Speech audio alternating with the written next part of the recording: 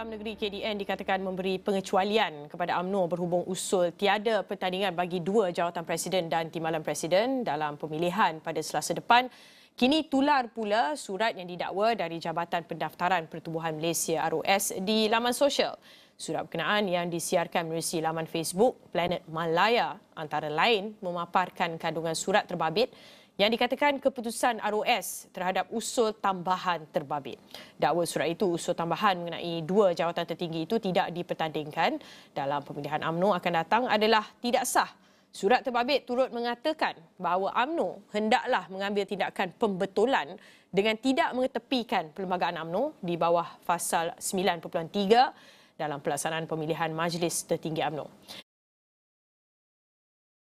A very hot topic now about UMNO, and I think everybody remembers not too long ago there was a big fiasco about the top two positions in UMNO not being tak dipertandingkan, and on that basis soon Khairi Jamaluddin was sacked from UMNO because of what he alleged disciplinary issues, and because of that the top two posts is safe. Zahid dengan Tok Mat continue to be President and Vice President.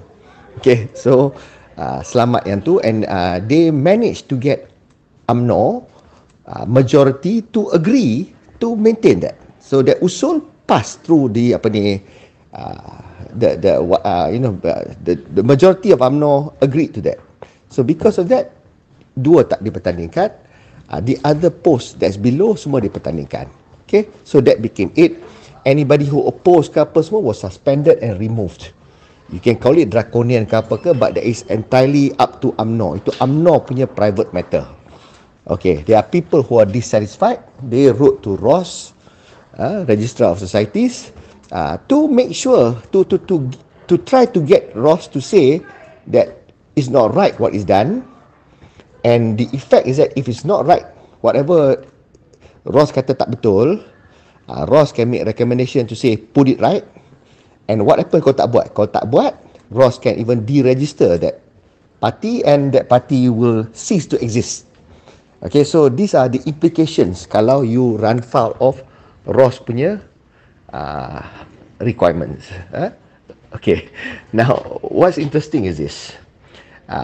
When that happened, apparently there was a surat came out from Ross, and Ross tengok, and Ross determine that UMNO contravene dia punya own provisions, and therefore since langgar, Ross being Ross, they have to tell UMNO to do what is right lah. So maknanya pertandingkan lah lagi dua tu, you betulkan tu, then that's okay. Now what's the implication kalau tak dengar cakap Ross? Kalau tak dengar cakap Ross, Ross can bagi warning and can take action and can even deregister UMNO pasal tak ikut. Okay, tak ikut perlembagaan UMNO. Okay, so surat dah keluar and benda dah tular, but in the meanwhile, so notice everything is by law tau. UMNO ada dia punya law dia, ada perlembagaan dia, ikut atau tak ikut saja. Kalau tak ikut, orang boleh buat report kat ROS. ROS pun pakai law juga respond. So everything is lawful tau. Semua ikut law. Apa-apa decision pun. Now, let me tell you what also is law.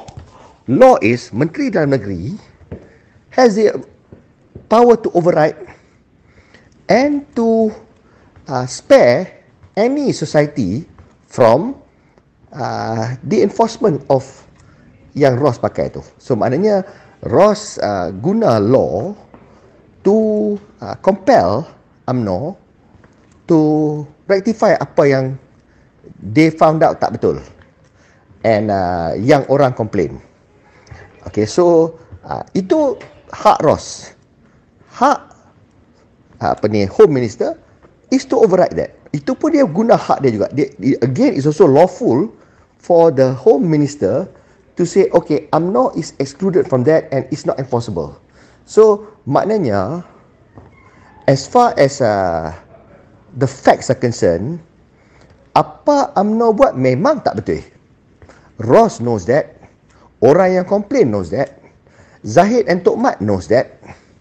Home Minister knows that. Perdana Menteri knows that. Everybody knows that tak betul ikut undang-undang perlembagaan UMNO. Tak betul. Okay, now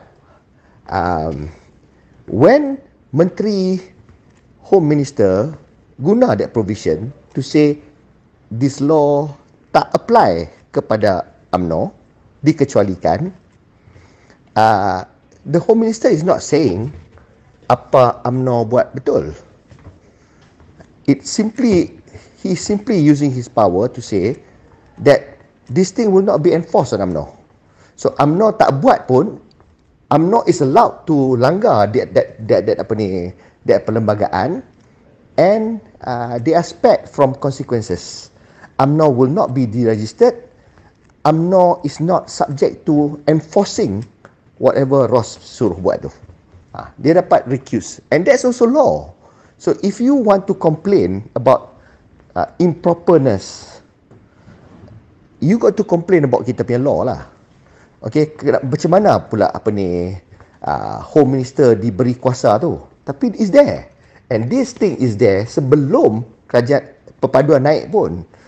All this while, for whatever reason for whatever conceited or selfish reasons, that law was there, where the Home Minister has the absolute discretion to decide whether the law is enforceable on any society or not. So in this particular case, Saifuddin exercise his power. He has a right to just leave it be or do something about it. Now let's face the facts. Kerajaan perpaduan consists of BN, namely UMNO, Pakatan Harapan, GPS, semua ada kan? And the Menteri Home Minister is PKR, okay, is also perpaduan government. So now, bila UMNO punya kepimpinan, Zahid and Tok Mat, being the head of the block, says that, minta tolong, kata, can you kecualikan kita from this provision? Is there any reason why a component member party, component of the coalition, PKR in this case, to say no? Kenapa? Untuk apa? How does it benefit PKR? And kenapa they can do that favour for UMNO? Because kalau UMNO tak ikut, itu yang UMNO punya kebanyakan nak maintain the 2 seats. Tapi itu melanggar perlembagaan. Tapi Home Minister boleh excuse them from that kesalahan. So kalau dia kena dia excuse kan, then dia tak kena. So Saifuddin got to make a decision. Okay, Pakatan Harapan got to make a decision, nak override atau tak override. Okay, so kalau anyone in the position Pakatan Harapan, there are implications. Kalau you tak override, then UMNO needs to rectify, mungkin akan ubah tampuk pemerintahan di UMNO, and the new member yang menang, kalau bukan Zahid dan Tok Mat, may decide to support the other side of the government, the opposition side. Kalau tak buat, UMNO can be deregistered. Tak wujud UMNO, tak ada lah ketua UMNO, all the MPs are still MPs, then they can vote siapa-siapa pun, and again the other side can become government. So kerajaan perpaduan wants to exist, and they need to exist, and therefore they use whatever laws available to them, and in order to ensure their longevity as government. Now, is the Home Minister acting in the interest of UMNO? Okay, to me, my answer is yes, because UMNO decided to not contest the top 2 seats based on majority. Okay, is Saifuddin acting in the interest of kerajaan perpaduan? My answer to that is yes, because by maintaining status quo, the kerajaan perpaduan holds. Why do you want to gamble? So, dia guna dia punya power, dia exercise dia power. Next thing is that, is Saifuddin, Home Minister, acting in the interest of the country, the rakyat? Okay, my answer to that is also yes. Because the alternative may mean that kita change government, or we go into another elections, and you know who will come out to become Prime Minister, and these are people who are scandalous, curi duit ke, being charged, being investigated. And you know what kind of damage they did to the country. So, it results in an instability situation, at the least instability situation, and our country will descend into greater deplorability. So, from the three aspects, good for UMNO, good for pekerjaan paduan, good for the country.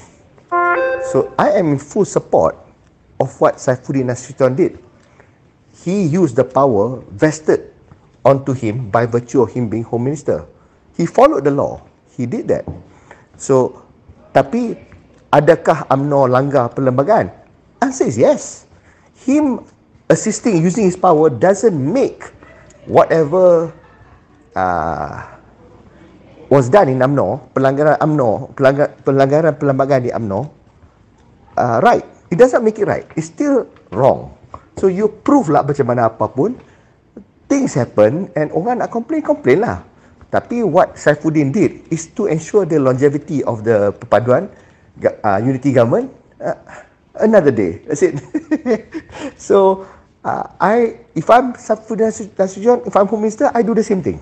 Because I must use whatever laws available to me to ensure stability of the government and to ensure longevity of the government that I'm serving. And what my conscience tells me is good for the rakyat. Right now, reform agendas are happening and we are on the right trajectory to recovery. I don't see anything wrong Anwar Ibrahim is doing. I don't see anything wrong kerajaan paduan is doing. So, all is good. Kalau tukar kerajaan, I don't know what the new kerajaan will do. You can already see the intent of that kerajaan. You even see how Hadi is trying his best luck to tumbangkan, to topple his government. He even admitted to that. Punya Kuang Hajar to the king semua lagi. So, I hope that clarifies. Okay? People understand the context is very important.